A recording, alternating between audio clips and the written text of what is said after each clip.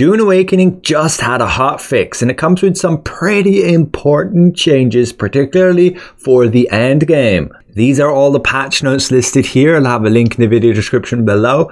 But we can see they've introduced respawn timers for PvP zones. They had stated that they were intending to do so. So now your enemy will not get the chance to respawn immediately. And for every consecutive time you kill them and they'll need to respawn, they will take longer. And that'll be the same for yourself if you die. So be careful of that and make sure you plan accordingly. Players will have a bit more time to loot you or potentially destroy your vehicle while you're still waiting to respawn. Then they removed a Mark V engine schematic. This was never intended to drop, and I did have a player reporting to me how they managed to obtain this engine schematic, but it wasn't actually doing anything. It wasn't fully implemented in the game yet. So it appears they're either ditching it altogether or it's still a work in progress and they haven't figured out what they want to do yet with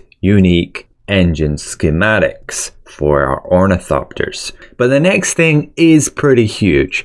Players will no longer receive damage when hit by vehicles. I have a great example of this here. The guy opposite me in this massive spice field started trying to snipe me for whatever reason.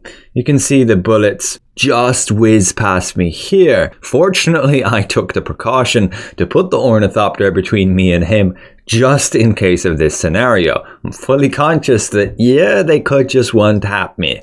But yes, I take revenge by charging him with my ornithopter and downing him. Now, I can't outright kill him unless I hop out of the ornithopter, which I don't really plan to do so because it's kind of pointless.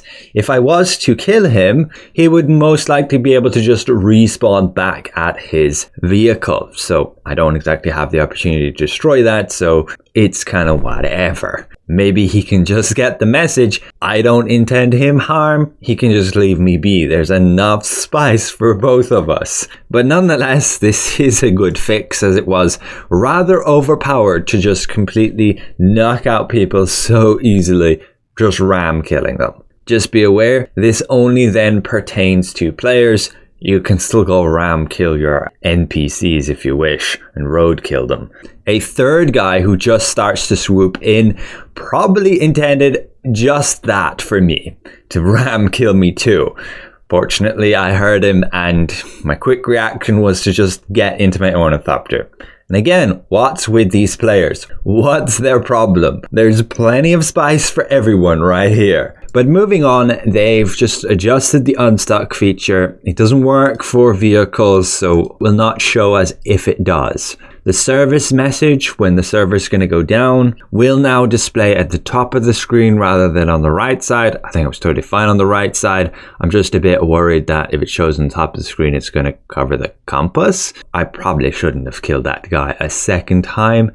But I'm worried that these guys are a team, and the second guy who turned up is just intentionally trying to not let me harvest spice while this other guy does. But they're probably completely two different players, so I feel a bit bad about doing it a second time.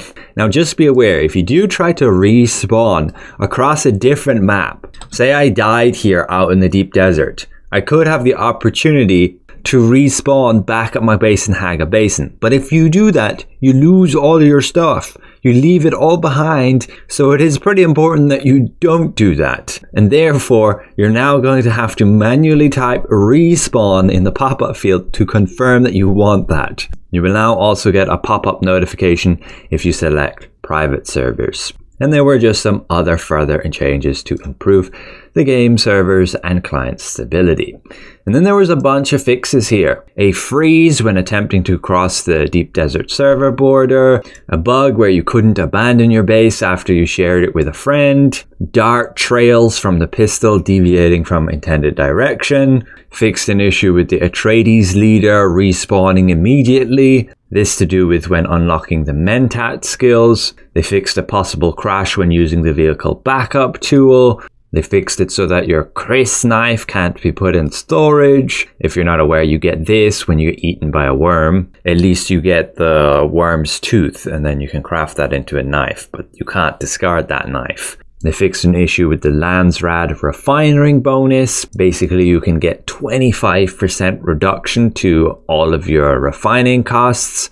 Honestly, it's one of the best decrees, but there was a bug. If you were refining multiple of that, then the bonus wouldn't apply. Fix an issue where your Solaris could straight up disappear, and fix an issue with the service alert notifications basically being blocked by other notifications. And they crucially fixed this exploit where you could damage other bases with the cutter ray. This allowed players to more easily raid other people's bases, breaking in and stealing their loot. Good they got this one done quick. And they fixed an issue with the quests, the research journey steps. It wasn't completed retroactively if you were in a vehicle while you done the research. And then fixed an exploit where you could take water from a death still that did not exist in the base. And another exploit where players could fire a salvo of projectiles. Ah, damn it. There was a post here I wanted to show you, but it clearly showed how you could fire a salvo of rockets, instantly destroying the player's ornithopter. It was just absolutely broken. So that's a relief they've fixed it. So overall, a pretty good update, fixing exploits, switching up respawn timers, and you can no longer ram kill people. Just be aware the update's about 1.4 gigabyte, at least for me. But yes, I'm very happy that they're already acting upon feedback and implementing those changes and getting on top of exploit fixes fast. So a special thank you to all my channel members for your added support. Thank you for watching, and we'll see you in the next one.